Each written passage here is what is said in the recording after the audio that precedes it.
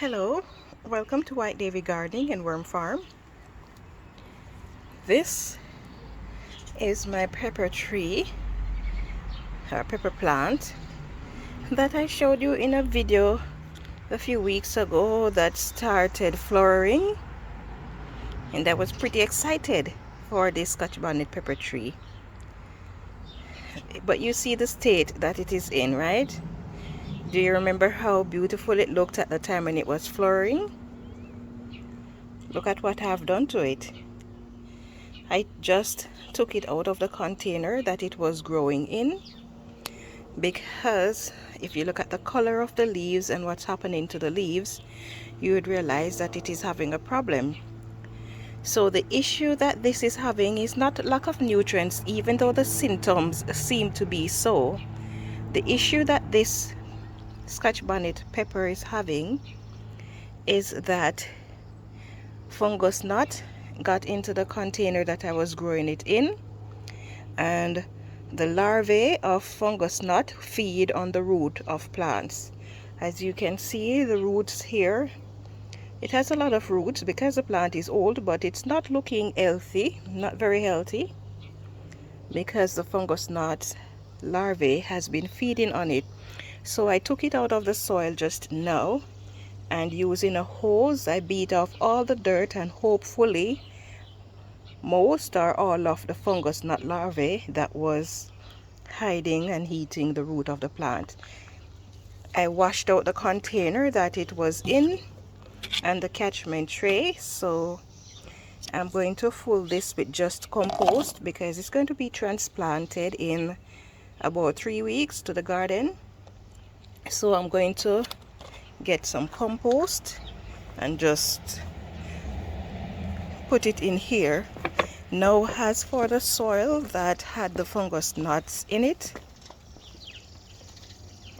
I'm going to be using hot water to sterilize it. I could always discard the soil, no problem there, but I want to ensure that those fungus gnats that were in there are not living somewhere else. I want to make sure that I destroy them completely, because the more larvae there is, the more trouble us gardeners are going to have. So I'm going to be doing this for all of my indoor plants, because all of the plants that got transferred to my garage, and because of the 55-gallon European nightcrawler worm bin that is in there,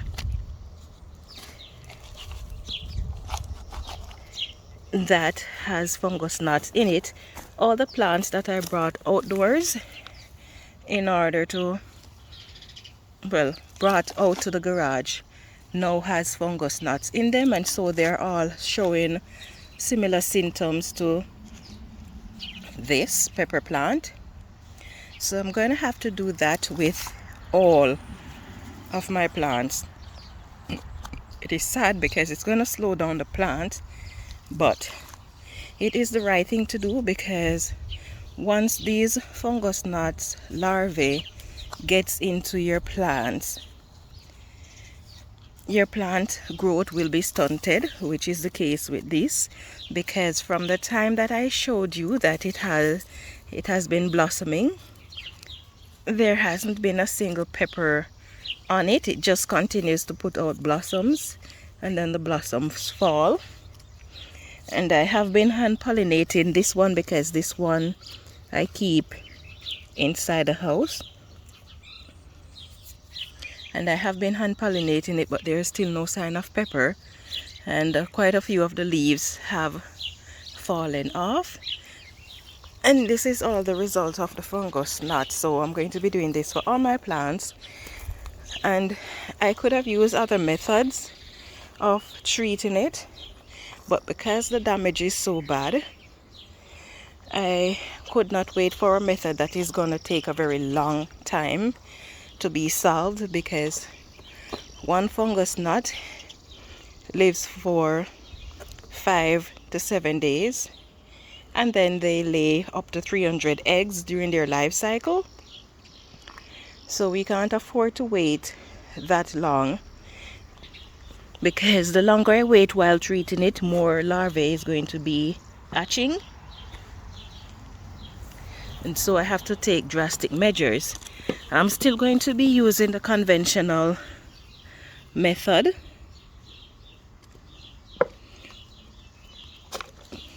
So it's not that I have given up entirely, but I'm still going to be using the conventional method. I'm going to be using that method more so in my worm bin than for the plants at the moment.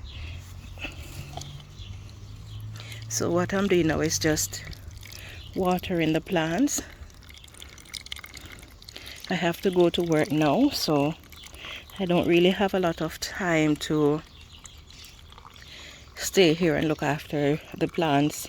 But tomorrow, definitely that is going to be my goal. Transfer all my plants, whatever can be planted out in the garden. Every plant that is going out in the garden, I'm going to beat the soil off the root first before transplanting it, because I don't want the fungus, not larvae, to be transferred to my garden, because everything is going to have them on it if I do that. So when I get back from work later, I'm going to use some Epsom salt solution to reduce the risk of transfer shock.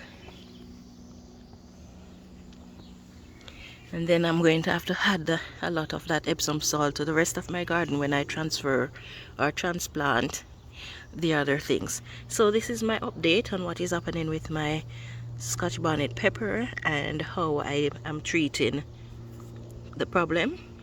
If you enjoy this video and you would like to see more, please take a moment to give me a thumbs up. You can leave a comment in the section below. If you're new to my channel, please subscribe and turn on your notification for more updates like these.